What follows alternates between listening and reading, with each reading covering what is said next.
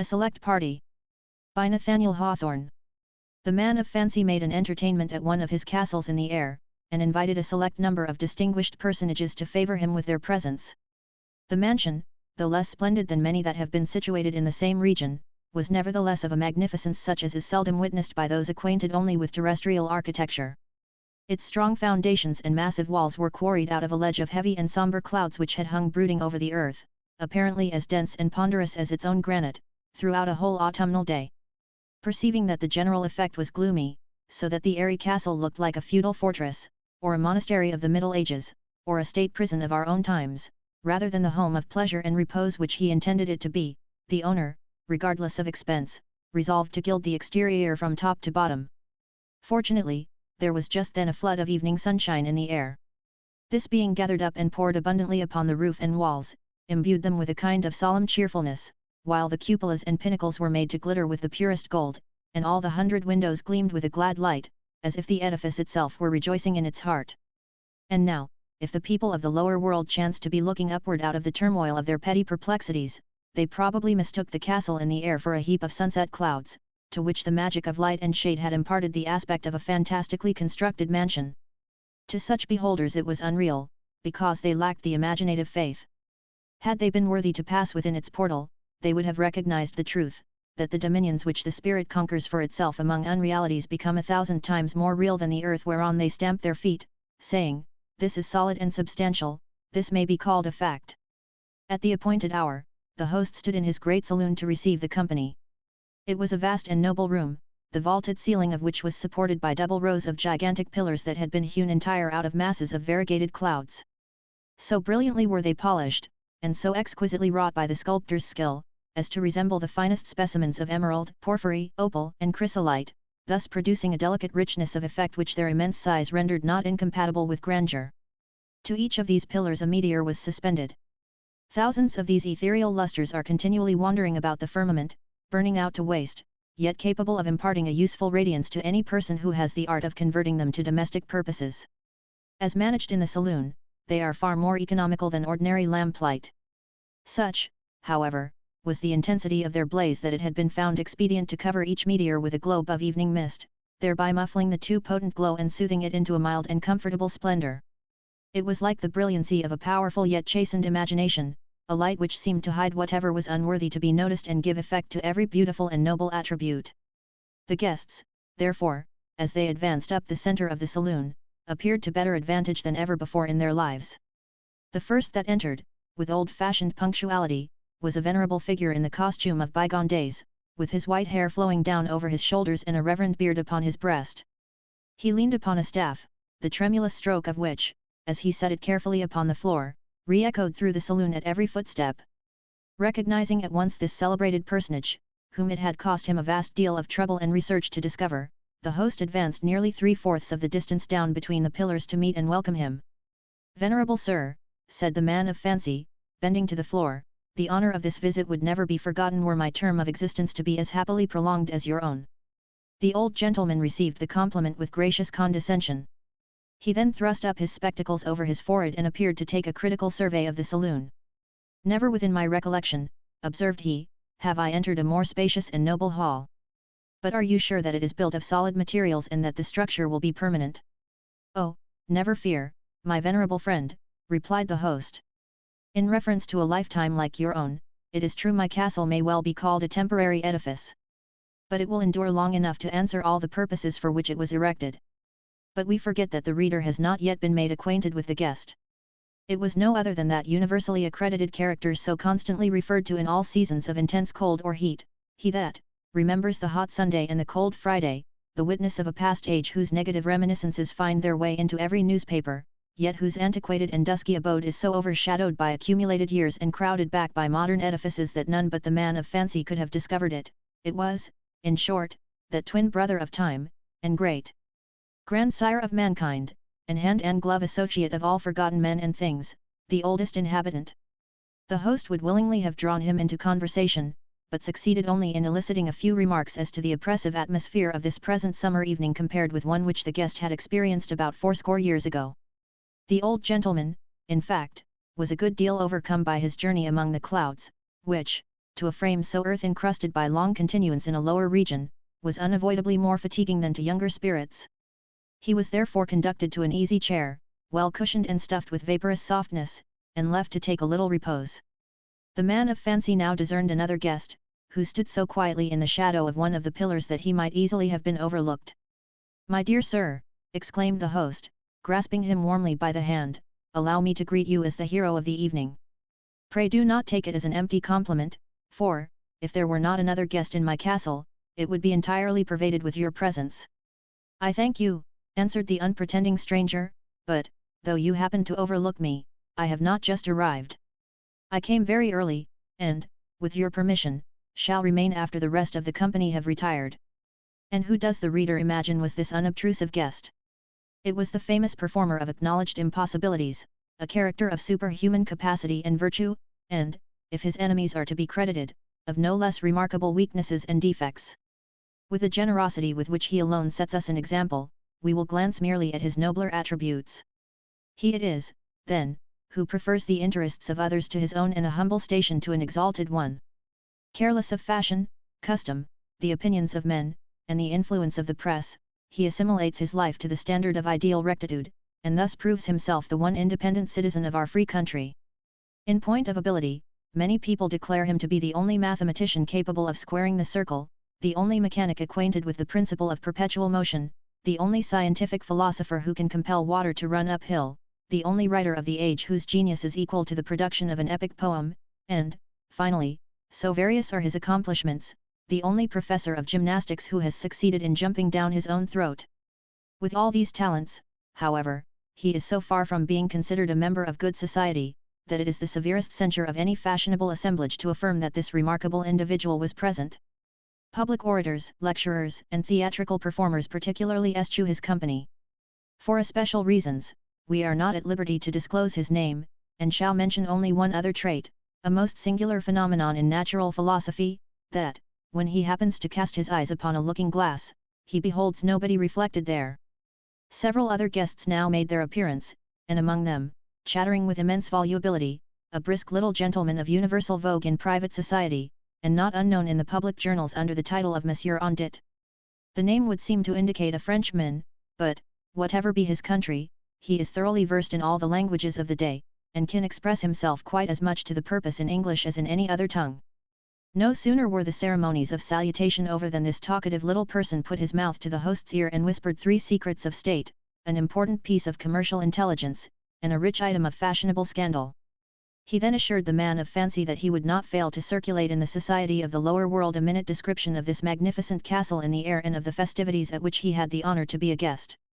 So saying, Monsieur Ondit made his bow and hurried from one to another of the company, with all of whom he seemed to be acquainted and to possess some topic of interest or amusement for every individual.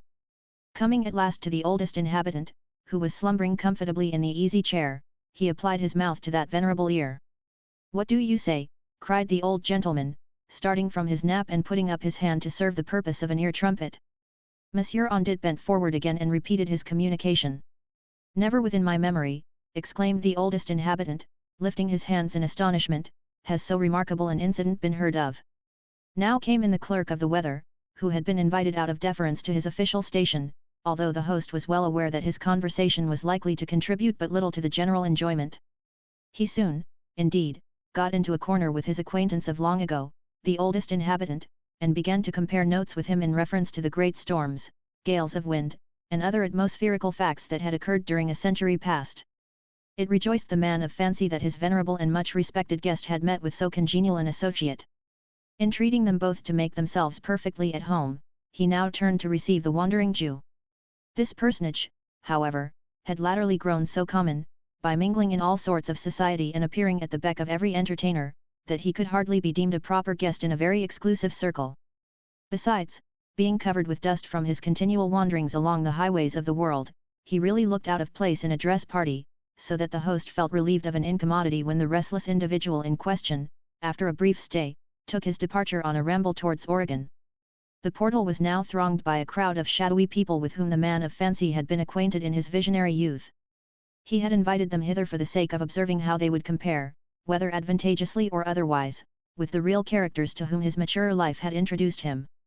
They were beings of crude imagination, such as glide before a young man's eye and pretend to be actual inhabitants of the earth, the wise and witty with whom he would hereafter hold intercourse, the generous and heroic friends whose devotion would be requited with his own, the beautiful dream woman who would become the helpmate of his human toils and sorrows and at once the source and partaker of his happiness. Alas! It is not good for the full-grown man to look too closely at these old acquaintances, but rather to reverence them at a distance through the medium of years that have gathered duskily between. There was something laughably untrue in their pompous stride and exaggerated sentiment. They were neither human nor tolerable likenesses of humanity, but fantastic maskers, rendering heroism and nature alike ridiculous by the grave absurdity of their pretensions to such attributes. And as for the peerless dream lady, behold! There advanced up the saloon, with a movement like a jointed doll, a sort of wax figure of an angel, a creature as cold as moonshine, an artifice in petticoats, with an intellect of pretty phrases and only the semblance of a heart, yet in all these particulars the true type of a young man's imaginary mistress. Hardly could the host's punctilious courtesy restrain a smile as he paid his respects to this unreality and met the sentimental glance with which the dream sought to remind him of their former love passages. "No, no, fair lady," murmured he betwixt sighing and smiling, "my taste is changed, I have learned to love what nature makes better than my own creations in the guise of womanhood."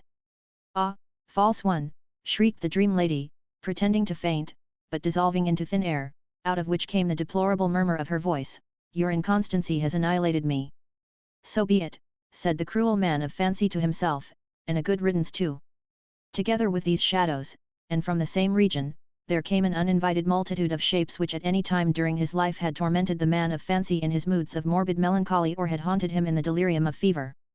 The walls of his castle and the air were not dense enough to keep them out, nor would the strongest of earthly architecture have availed to their exclusion. Here were those forms of dim terror which had beset him at the entrance of life, waging warfare with his hopes. Here were strange uglinesses of earlier date, such as haunt children in the night time. He was particularly startled by the vision of a deformed old black woman whom he imagined as lurking in the garret of his native home, and who, when he was an infant, had once come to his bedside and grinned at him in the crisis of a scarlet fever. This same black shadow, with others almost as hideous, now glided among the pillars of the magnificent saloon, grinning recognition, until the man shuddered anew at the forgotten terrors of his childhood. It amused him, however, to observe the black woman, with the mischievous caprice peculiar to such beings, steal up to the chair of the oldest inhabitant and peep into his half-dreamy mind. "Never within my memory," muttered that venerable personage, aghast, "did I see such a face." Almost immediately after the unrealities just described, arrived a number of guests whom incredulous readers may be inclined to rank equally among creatures of imagination. The most noteworthy were an incorruptible patriot, a scholar without pedantry, a priest without worldly ambition, and a beautiful woman without pride or coquetry, a married pair whose life had never been disturbed by incongruity of feeling, a reformer untrammeled by his theory, and a poet who felt no jealousy towards other votaries of the lyre. In truth, however, the host was not one of the cynics who consider these patterns of excellence, without the fatal flaw, such rarities in the world, and he had invited them to his select party chiefly out of humble deference to the judgment of society, which pronounces them almost impossible to be met with. "In my younger days," observed the oldest inhabitant, "such characters might be seen at the corner of every street." Be that as it might, these specimens of perfection proved to be not half so entertaining companions as people with the ordinary allowance of faults. But now appeared a stranger, whom the host had no sooner recognized than, with an abundance of courtesy unlavished on any other, he hastened down the whole length of the saloon in order to pay him emphatic honor. Yet he was a young man in poor attire, with no insignia of rank or acknowledged eminence, nor anything to distinguish him among the crowd except a high, white forehead, beneath which a pair of deep-set eyes were glowing with warm light. It was such a light as never illuminates the earth save when a great heart burns as the household fire of a grand intellect. And who was he, who but the master genius for whom our country is looking anxiously into the mist of time, as destined to fulfill the great mission of creating an American literature, hewing it, as it were, out of the unwrought granite of our intellectual quarries. From him, whether moulded in the form of an epic poem or assuming a guise altogether new as the spirit itself may determine, we are to receive our first great original work, which shall do all that remains to be achieved for our glory among the nations. How this child of a mighty destiny had been discovered by the man of fancy it is of little consequence to mention. Suffice it that he dwells as yet unhonored among men, unrecognized by those who have known him from his cradle. The noble countenance which should be distinguished by a halo diffused around it passes daily amid the throng of people toiling and troubling themselves about the trifles of a moment, and none pay reverence to the worker of immortality. Nor does it matter much to him, in his triumph over all the ages, though a generation or two of his own times shall do themselves the wrong to disregard him. By this time Monsieur Ondit had caught up the stranger's name and destiny and was busily whispering the intelligence among the other guests. "Pshaw," said one. "There can never be an American genius." "Pish," cried another. "We have already as good poets as any in the world. For my part, I desire to see no better." And the oldest inhabitant, when it was proposed to introduce him to the master genius, begged to be excused, observing that a man who had been honoured with the acquaintance of Dwight and Freneau and Joel Barlow, might be allowed a little austerity of taste. The saloon was now fast filling up by the arrival of other remarkable characters, among whom were noticed Davy Jones, the distinguished nautical personage, and a rude, carelessly dressed, harum-scarum sort of elderly fellow, known by the nickname of Old Harry. The latter, however, after being shown to a dressing-room, reappeared with his grey hair nicely combed, his clothes brushed, a clean dickey on his neck, and altogether so changed in aspect as to merit the more respectful appellation of Venerable Henry. Joel Doe and Richard Roe came arm in arm, accompanied by a man of straw, a fictitious indorser, and several persons who had no existence except as voters in closely contested elections. The celebrated Seatsfield, who now entered, was at first supposed to belong to the same brotherhood, until he made it apparent that he was a real man of flesh and blood and had his earthly domicile in Germany. Among the latest comers, as might reasonably be expected, arrived a guest from the far future. "Do you know him, do you know him?" whispered Monsieur Ondit, who seemed to be acquainted with everybody. "He is the representative of posterity, the man of an age to come." "And how came he here?" asked a figure who was evidently the prototype of the fashion plate in a magazine, and might be taken to represent the vanities of the passing moment. "The fellow infringes upon our rights by coming before his time." "But you forget where we are," answered the man of fancy, who overheard the remark. "The lower earth, it is true, will be forbidden ground to him for many long years hence, but a castle in the air is a sort of no man's land, where posterity may make acquaintance with us on equal terms." No sooner was his identity known than a throng of guests gathered about posterity, all expressing the most generous interest in his welfare, and many boasting of the sacrifices which they had made, or were willing to make, in his behalf. Some, with as much secrecy as possible, desired his judgment upon certain copies of verses or great manuscript rolls of prose, others accosted him with the familiarity of old friends, taking it for granted that he was perfectly cognizant of their names and characters. At length, finding himself thus beset, posterity was put quite beside his patience.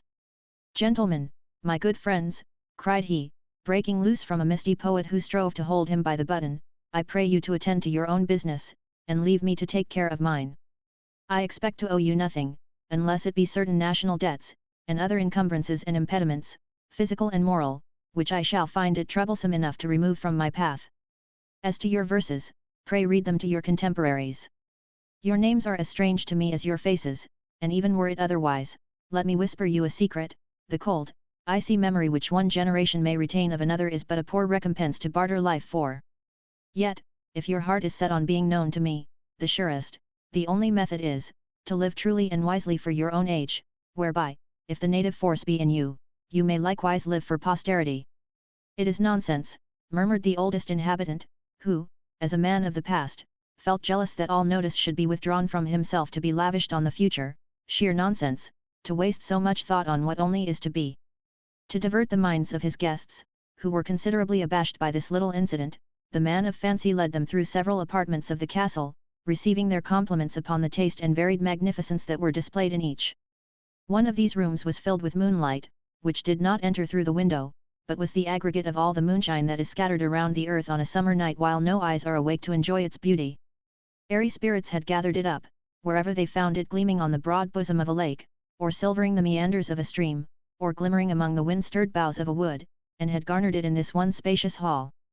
Along the walls, illuminated by the mild intensity of the moonshine, stood a multitude of ideal statues, the original conceptions of the great works of ancient or modern art, which the sculptors did but imperfectly succeed in putting into marble, for it is not to be supposed that the pure idea of an immortal creation ceases to exist, it is only necessary to know where they are deposited in order to obtain possession of them.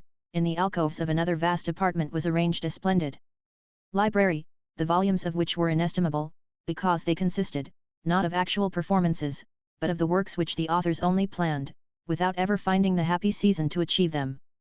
To take familiar instances, here were the untold tales of Chaucer's Canterbury Pilgrims, the unwritten cantos of the Fairy Queen, the conclusion of Coleridge's Christabel, and the whole of Dryden's projected epic on the subject of King Arthur.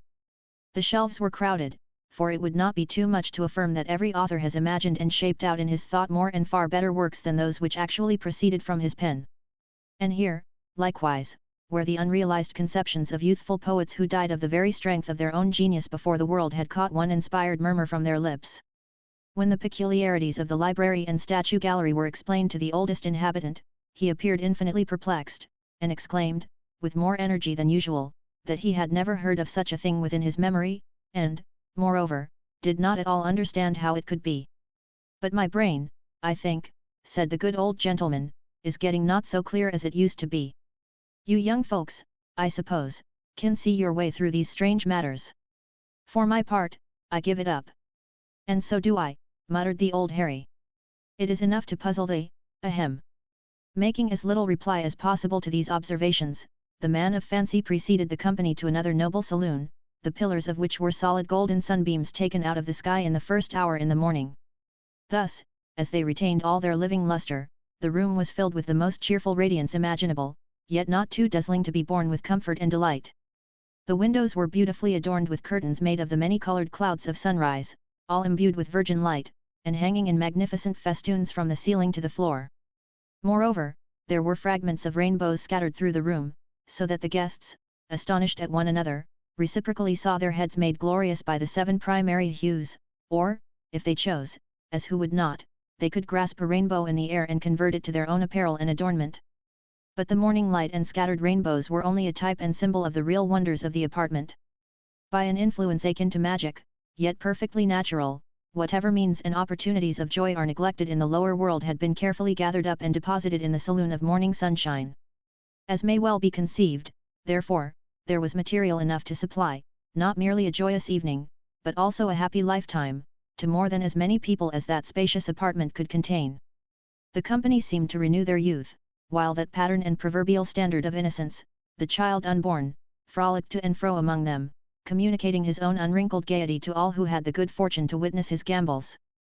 "My honoured friends," said the man of fancy, after they had enjoyed themselves a while, "I am now to request your presence in the banqueting hall, where a slight collation is awaiting you."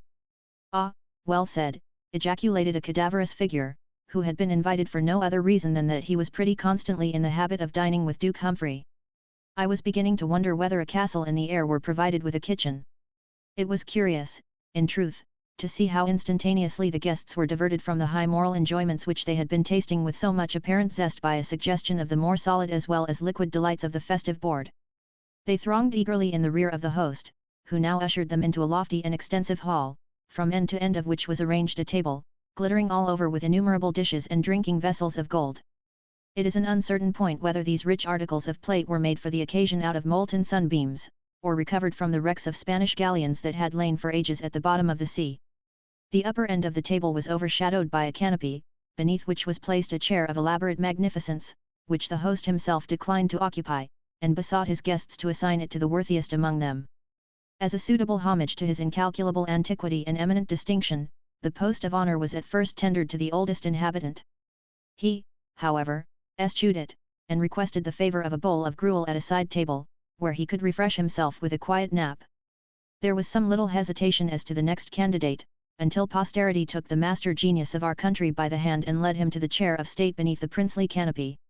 When once they beheld him in his true place, the company acknowledged the justice of the selection by a long thunder roll of vehement applause. Then was served up a banquet, combining, if not all the delicacies of the season, yet all the rarities which careful purveyors had met with in the flesh, fish, and vegetable markets of the land of nowhere.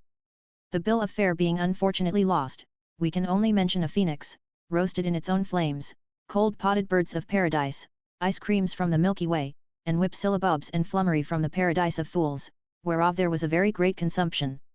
As for drinkables, the temperance people contented themselves with water as usual, but it was the water of the fountain of youth. The ladies sipped nepenthe, the lovelorn, the careworn, and the sorrow-stricken were supplied with brimming goblets of lethe, and it was shrewdly conjectured that a certain golden vase, from which only the more distinguished guests were invited to partake, contained nectar that had been mellowing ever since the days of classical mythology. The cloth being removed, the company, as usual, grew eloquent over their liquor and delivered themselves of a succession of brilliant speeches, the task of reporting which we resigned to the more adequate ability of Councillor Gill, whose indispensable cooperation the man of fancy had taken the precaution to secure. When the festivity of the banquet was at its most ethereal point, the clerk of the weather was observed to steal from the table and thrust his head between the purple and golden curtains of one of the windows. "My fellow guests," he remarked aloud, after carefully noting the signs of the night, "I advise such of you as live at a distance to be going as soon as possible, for a thunderstorm is certainly at hand." "Mercy on me," cried Mother Carey, who had left her brood of chickens and come hither in gossamer drapery, with pink silk stockings. "How shall I ever get home?" All now was confusion and hasty departure, with but little superfluous leave-taking. The oldest inhabitant, however, true to the rule of those long-past days in which his courtesy had been studied, paused on the threshold of the meteor-lighted hall to express his vast satisfaction at the entertainment. "Never, within my memory," observed the gracious old gentleman, "has it been my good fortune to spend a pleasanter evening or in more select society." The wind here took his breath away, whirled his three-cornered hat into infinite space, and drowned what further compliments it had been his purpose to bestow. Many of the company had bespoken will-o'-the-wisps to convoy them home, and the host, in his general beneficence, had engaged the man in the moon, with an immense horn lantern, to be the guide of such desolate spinsters as could do no better for themselves. But a blast of the rising tempest blew out all their lights in the twinkling of an eye. How, in the darkness that ensued, the guests contrived to get back to earth, or whether the greater part of them contrived to get back at all, or are still wandering among clouds, mists, and puffs of tempestuous wind, bruised by the beams and rafters of the overthrown castle in the air, and deluded by all sorts of unrealities, are points that concern themselves much more than the writer or the public. People should think of these matters before they trust themselves on a pleasure party into the realm of nowhere.